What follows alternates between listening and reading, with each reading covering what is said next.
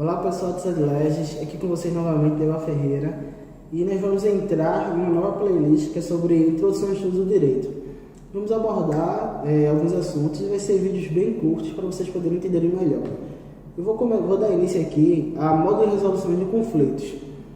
Vocês têm que ter em mente que no princípio tudo era conflito, então decorrer ao longo da história a gente fez alguns avanços nos modos de resolução da lide para a gente poder, de forma pacífica, conseguir resolver esses conflitos. O primeiro modo de resolução do conflito é o tão famoso autotutela, que é o modo de resolução de conflitos em que o mais forte ele impõe sua vontade sobre o mais fraco. Então, onde é que isso acontecia? Muito em um tipo de governo que era, no caso, a monarquia. Vamos dizer assim, por exemplo, onde o rei ele exercia seu poder estatal de mais forte e botava isso pelo mais fraco, onde aquele mais fraco ele não tinha poder algum para poder fazer uma renúncia desse tipo de conflito, desse tipo de harmonização. Existem alguns problemas que eu vou falar no decorrer de cada resolução de conflitos, que, por exemplo, o problema da tutela é que o oprimido, ao longo da história, ele pode se tornar o opressor. E assim, com esse modo de conflito, que a gente, vamos dizer assim, que não é um modo de resolução, ele vai acabar gerando guerras ao longo da história em decorrentes épocas. O segundo modo de resolução de conflitos é a autocomposição.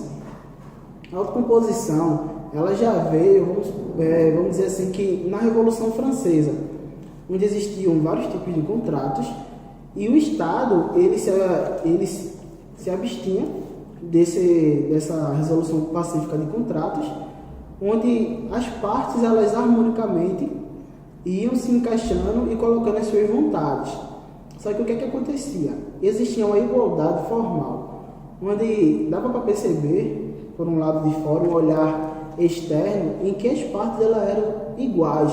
Só que, como eu falei, essa igualdade ela era formal.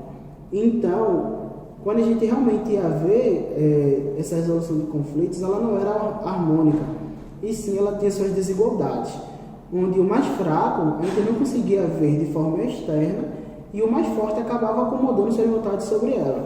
Vamos dar, por exemplo, um contrato de prestação de serviços, onde aquela pessoa mais fraca, a parte mais fraca, ela tinha necessidade de arrumar aquele contrato e não importava qual cláusula teria, ela ia aceitar de forma coercitiva porque ela precisava daquele emprego. Enquanto a parte mais forte, por ver que a parte mais fraca ela tinha essa necessidade, ela acabava aqui abusando de alguma forma desse tipo de contrato, desse tipo de resolução de conflitos. Então, esse é o problema da resolução de conflitos da autocomposição, onde a desigualdade das partes acaba aqui, por sua vez, gerando violência. Não violência, vamos dizer assim, de modo que realmente pega em armas e tal, mas sim uma violência mais interna, onde a gente não consegue ver do modo que a gente vê de fora, mas sim acontece esse tipo de violência. Que é tanto que hoje em dia, no nosso Estado Democrático de Direito brasileiro, a gente tem, por exemplo, a CLT, que ela resguarda os direitos trabalhistas dos empregados. O terceiro modo de resolução de conflitos é a heterocomposição.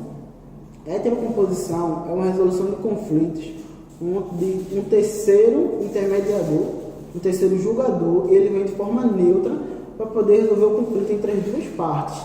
Vamos supor que as duas partes firmaram um contrato entre si e acaba que uma quer sair desse contrato, houve algum problema. Então, quem vai resolver essa resolução de conflitos tem que ser um terceiro, que ele não toma parte, ele vai como neutro, e que, no caso, adaptando para os dias de hoje, seria o juiz. Então, a heterocomposição é a forma mais pacífica e mais, vamos dizer assim, mais eficaz de resolver o conflito, tanto nos dias de hoje como antigamente, onde já tinha esse tipo de resolução de conflitos. O importante falar da heterocomposição e da autocomposição é que a autocomposição ainda existe nos dias de hoje. Porém, o Estado, de alguma forma, ele sempre coloca-se no meio da autocomposição. As duas partes elas já não têm essa liberdade que tinha, vamos supor, assim que acabou a Revolução Francesa, que tinha antes, para poder fechar esse tipo de contrato e assim afim. Hoje em dia nós temos leis que acabam que, de alguma forma, obrigando as partes de forma coercitiva a obedecer algumas regras para que uma não possa pesar pela outra.